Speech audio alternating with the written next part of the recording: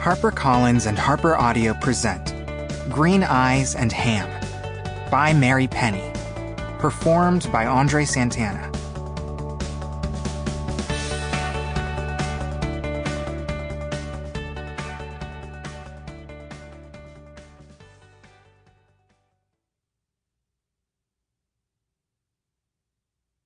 To Carrie Bree, whose very presence has been a masterclass in unconditional love and compassion. Her friendship through this all has been a steadying light and the most exquisite place to rest. XOXO. Chapter 1. You'd think if your mom was a priest and you spent nearly every waking moment in a church, you'd never lie. You'd be wrong. I never needed to lie until I started public school for the first time ever as an 8th grader, just a few weeks back. I told a lie to protect someone and convince myself that was the good kind of lie, even sort of noble of me. But it still ended up hurting people. That's the worst part. You can take back the lie, but you can't take back the hurt. My mom, Reverend Annabelle Hudson, lies sometimes too. She dresses it up fancy, and it's usually to get me to do something that I don't want to do.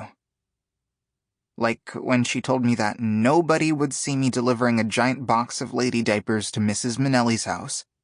The box was too big to fit in my bike basket, so I had to carry it under my arm. The store didn't have a bag big enough for it. 3 local terrors, kids, on bikes chased me all the way from the drugstore to Mrs. Minnelli's driveway. They rode up right next to me, busting a gut as they read the details out loud. "Check it out, now with flexi wings. Whoa, absorbs 10 times weight. Church boy, when's your mama gonna potty train you?"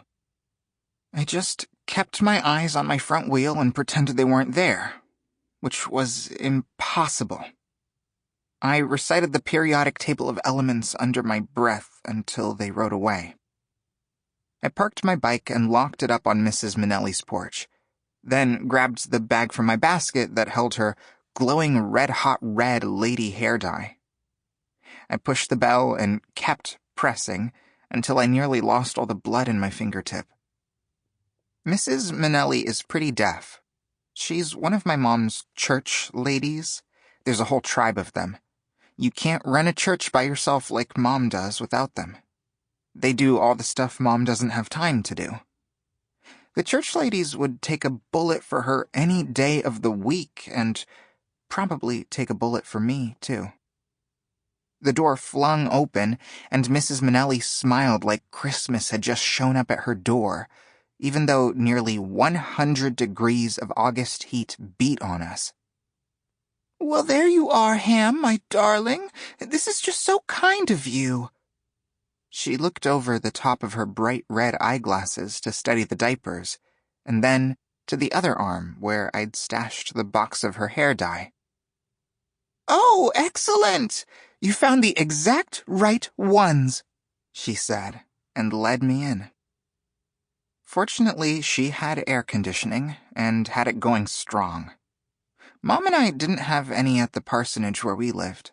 They hadn't invented air conditioning yet when the church was built, and my mom's boss, not God, the guy under him, was a money miser.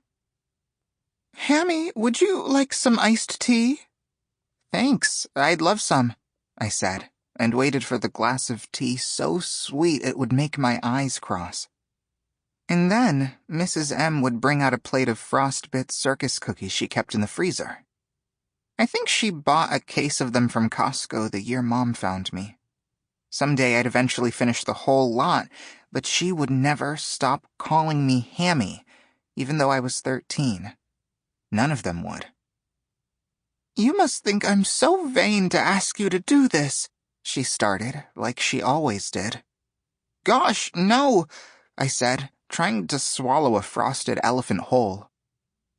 "It is vain." Sample complete. Ready to continue?